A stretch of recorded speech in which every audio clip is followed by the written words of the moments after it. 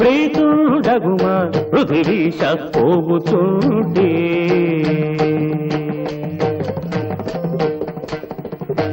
అని ధాన్యలక్ష్మి ఇలువీడి వెళ్ళిపోయినదట.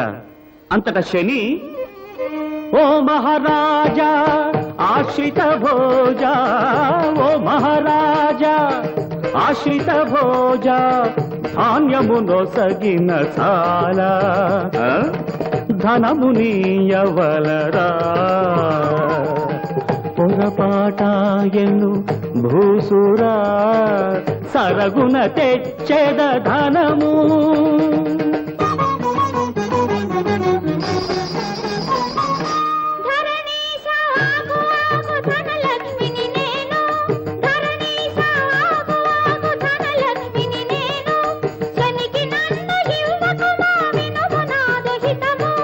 మాట తప్పలేను నీ మాటను వినలేను, మాట తప్పలేను నీ మాటను వినలేను, విడలేను దాన గుణము వినుము నాదు శపథము అనగానే ధనలక్ష్మి కూడా ధాన్యలక్ష్మి దారినే వెళ్ళిపోయినదట. శని అడిగింది అడగకుండా ఇంకా అడుగుతున్నాడట. మహారాజు అడిగింది అడిగినట్టే ఇచ్చాడట. ఆ విధంగా అష్టలక్ష్ముల్లో 7 లక్ష్ములు వెళ్ళిపోయారట. తదనంతరమున రాజా, ఇచ్చినంతనే గొప్పనుకోకు, ఇచ్చి ఏమి ఫలము, నీవు ఇచ్చి ఏమి ఫలము, ఇన్ని సిరులతో ఒంటరిగానే ఎటుల వెళ్ళగలను, రాజభటులను వెంట పంపమందురా, భటులు వచ్చినంత నాకు రాదు ధైర్యము, ధీరుడవు నీవే నా వెంట నడుగుము. చిత్తం త్రుటిలో వచ్చేదను.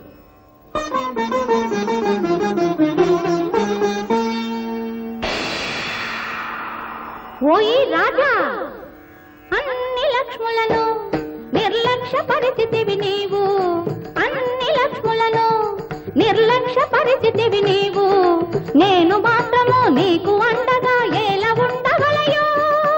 ఎవరు తల్లి నీవు? ధైర్యలక్ష్మిని నేను. నమో ధైర్యలక్ష్మి, నమో ధీరలక్ష్మి, నమో వీరలక్ష్మి నమో. నీవు నా అండగా దండగా నుండ, మరే లక్ష్మి లేకున్న నాకెట్టి లోపమ్ము రాదన్న ధైర్యముతో, సప్తలక్ష్మి వియోగము సైతము నిర్లక్ష్యము చేసి, రాజ్యము గీజ్యము పోయినంగాని నిన్ను నేను పోనిద్దునా, పేదరికమైన భరింపగలగాని పిరికినై జీవింతునా, కాన నా ఇంట నిలకడై నీవుండగా, గీటు గీచి తినిది నీవు దాటరాదు, సూర్య చంద్రులపై ఆన సుక్కలాన, నీ పదమ్ముల ఆన నా నిత్య సత్యవ్రతముపై ఆన, సకల దేవతలయానా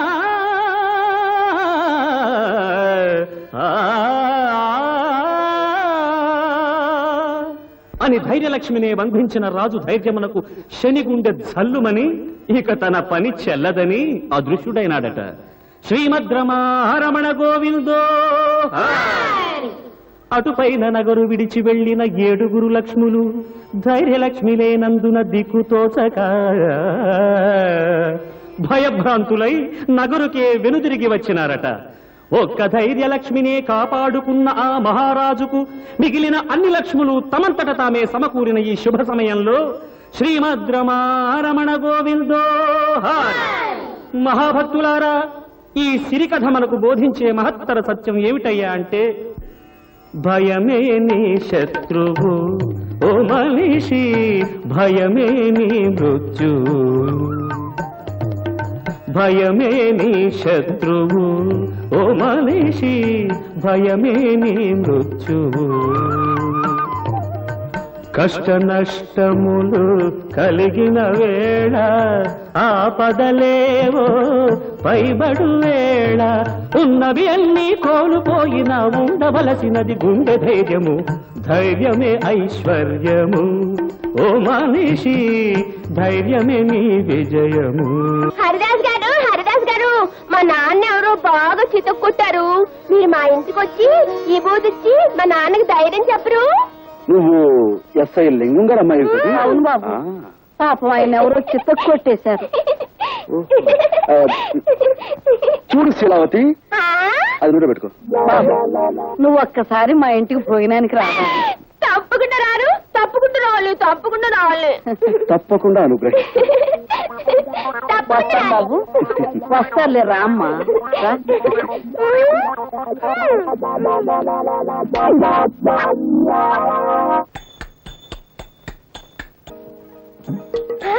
నాన్నయ్, హరిదాస్ గారు, హరిదాస్ గారు. చిరంజీవ చిరంజీవ. నమస్కారం హరిదాస్ బాబు. కృష్ణ చిరంజీవి. దయచేయండి, దయచేయండి, కూర్చోండి కూర్చోండి. ఈ చిరంజీవేనా మీ నాన్నగారు? చిత్తం నేనేనండి. లారీ కింద పడ్డ ఇత్తడి తెప్పాడు అలా ఎంత ఇదిగా చితికిపోయావే చిరంజీవి? దొంగల్ని పట్టుకోవడానికి వెళ్తే గేదె కుమ్మిందండి. మీరు ఇవ్వదొచ్చి మా నాన్నని రక్షించాలా? ఆయన సంగతి చూడడానికి తల్లి నేను ఇక్కడికి వచ్చింది. జై జగజ్జంత్రి. కబోదులకు సైతం కళ్ళు తెరిపించే విభూతి ఇదే నాయన.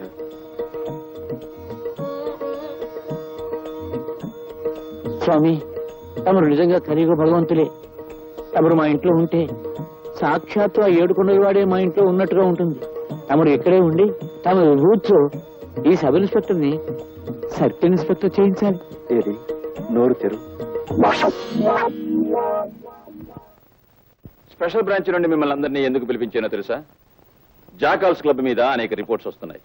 ఈ రోజు రాత్రి 10 గంటలకి ఆ క్లబ్ మీద దాడి చేయాలి. సార్. మిస్టర్, మీరు మాత్రం ఆగి మా స్టెనో ఇచ్చే ఫైల్ చదివిరండి.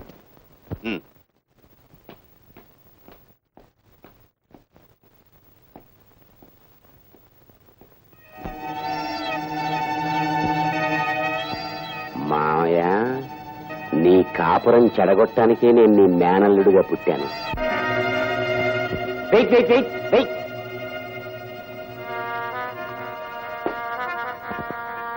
ఓహో, కుస్తా బహార్ బ్రహ్మాండంగా ఉంది. అస్సలు సోడా కలపకుండా తాగండి. ఓహో, కుస్తా బహార్. ఎన్నాళ్ళకి నన్ను ఇలా పెంపుడు కుక్కను పిలిచినట్టు చిటికేస్తూ పిలిచావు. షటప్, ఎన్నిసార్లు చెప్పాను పగటిపూట క్లబ్కు రావద్దని? అవును, పగటిపూట రావద్దన్నావు, పెళ్ళామా అని పిలవద్దన్నావు. రాత్రిళ్ళు దొంకోళ్లు పట్టేవాళ్ళ వచ్చి కస్టమర్స్ వదిలేసిన ఫుడ్ని ఎంతైనా తినమన్నావు. ఆ సంగతి గుర్తుంటే ఇప్పుడు ఎందుకు వచ్చావు? మా ఎస్పీ మామయ్య దగ్గర ముఖ్యమైన విషయాలు కూపిలాగి నీతో చెప్పమన్నావుగా. ఆ విషయం ఫోన్లోనే ఏడవచ్చుగా. ఏడవచ్చు. అసలు నా బతుకే ఏడుపైపోయింది. చక్కగా మా మామయ్య కూతురుని చేసుకోవలసినండి. పోనీ నిన్నైనా కట్టుకున్నాను కదా అనుకుంటే నువ్వు ఈ క్లబ్ ప్రొపరేటర్ గారి మీద మోజుతో నన్ను ఎదవ కింద జమకట్టేశావు. ఇటు నీకు చెడ్డైపోయి అటు మా మావయ్యకి చెడ్డైపోయి ఎదవా అని బోర్దోడు తైలించి